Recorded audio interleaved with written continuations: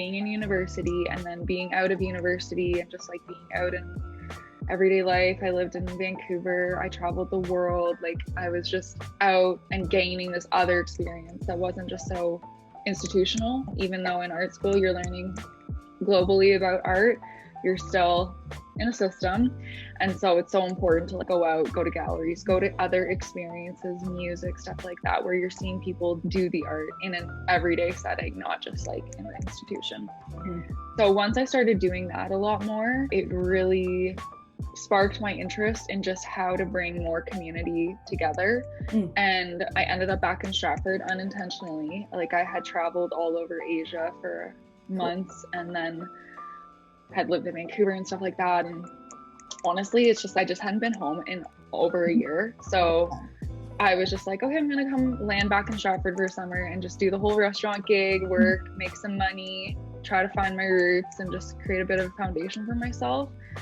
And it all sparked out of taking all of my experiences and just wanting to do some sort of show, like one big exhibition. But then the more I spent time in Stratford, the more I just noticed that there was a lack of art community within a range of people that wasn't just professional art, like just people who are practicing art, people who are wanting to just experience art, but not necessarily, yeah, this is all I do all the time, I'm a professional artist, and have that like prestige platform, which is totally cool that people do that. But I just noticed that the community that was around me, I was just like, okay, where did these people have their outlets and how do we get these people starting to talk about their projects and whatnot? So that was what then birthed York Lane, because I started hit the ground running with my own show.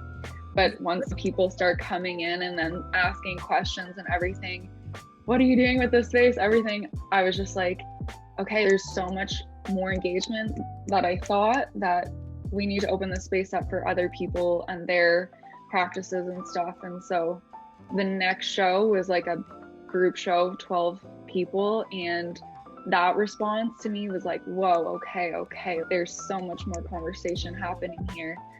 And that's just like from back then, 2017 to now.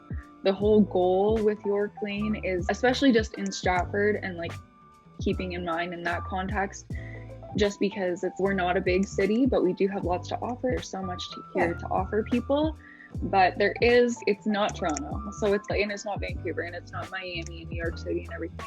So it's like going to all those places and seeing what's happening there and the way that they're able to bring these age groups, these subcultures, and bring them into a space and have them experience different types of art and then have these conversations and everything. That has been like super progressive and important in Stratford, I've noticed, because it's really opened up people. Like I've watched so many people grow. Like I've hosted so many people's like first art shows, first art pieces, stuff like that. And to then watch just like how that one little influence in like a small city such as Stratford, but to still bring that energy of a big city feel to a space, but in a non-intimidating way. Not that, yeah, this is your big white walled AGO experience.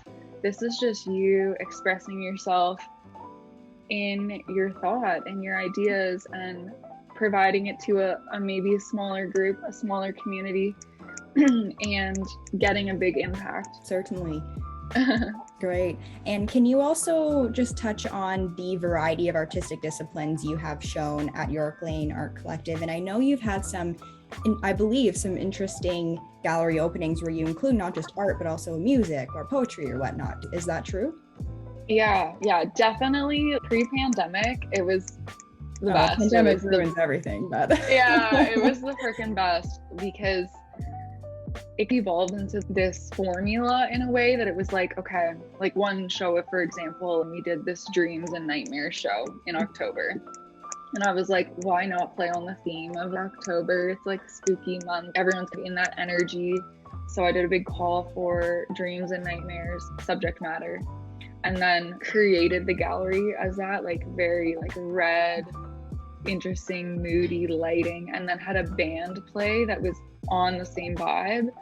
So it really brought people in and immersed them into the art of dreams and nightmares. From the first two kind of shows that I did, from there on out, I really tried to create almost like themes, almost like different themes, but things that just didn't feel like they had been done yet. Like I did the first ever Pride art show in Stratford, and just was like, okay, anyone could submit, but it's celebrating Pride, and we're gonna do the whole gallery up in that energy and that color and stuff like that. And so every month that was like the goal, because we almost did a show like every single month for like 2 years. So from there on out, yeah, I was in a whole different vibe. I was like, I don't know, that was like a different energy in my life. But from there on out, like after retiring that space, just because landlord things had to happen, whatever, but still wanting to keep this York Lane Art Collective energy present in Stratford, because although moving from a space felt like an era was ending, it was just so important for us and the team that had been built then at that point that there's still things and opportunities happening around us. So my partner, Chris Von Kleist, is all media based and really helped bring York Lane to life because of having media. But we since then worked on different ideas, like calls for short films, and made like short film reels and pop-up experiences, like did our whole art pop-up curated show,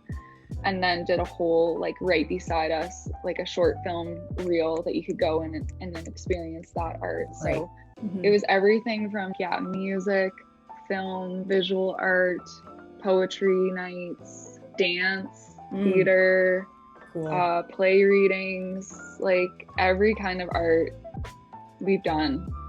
And even last year, like in the midst of the pandemic, when things were like, you can still get together and do things, like we made a short film call out and just called people in the community to just come in and experience like what it's like to act. And we made like a really funny like short film reel and put it out there just to still give people a chance, because it's hard for people to experience art online. That's one thing for me that it's a world that I'm always like in and out of, because I have to promote myself on Instagram, but like this is nothing compared to what you're going to come and see in my like home studio or like wherever. Absolutely.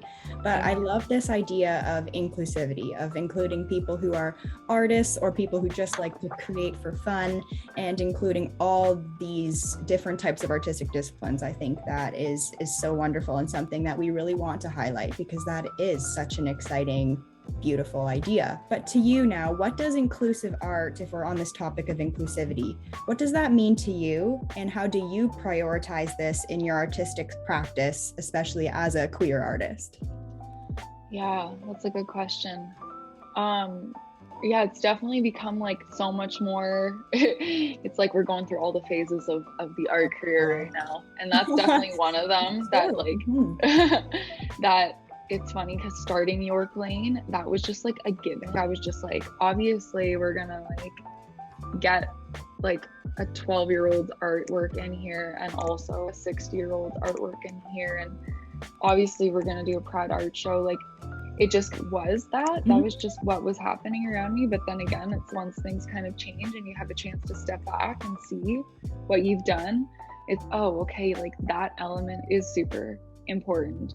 And especially now, like moving along as an artist and a person in the community and a person that is a part of these minority groups, such as like being queer, and just becoming more a part of those communities and those subcultures, and just everything that's evolved in the last like 4 years. Like our world has progressed significantly, I think. I agree. Yes, obviously there's always stuff to work on, but I just feel like we have significantly progressed with things like queerness and learning more about Indigenous rights and learning more about Black Lives Matter and stuff like that. And so now having that information really come to the surface, and being an artist and meeting other artists who are tapped into those worlds, it's been a huge inspiration for me to be like, okay, well, those things need to then come forth in my work. And for a while I was like, I don't want like my queerness to represent my art because I want people to see me as a human.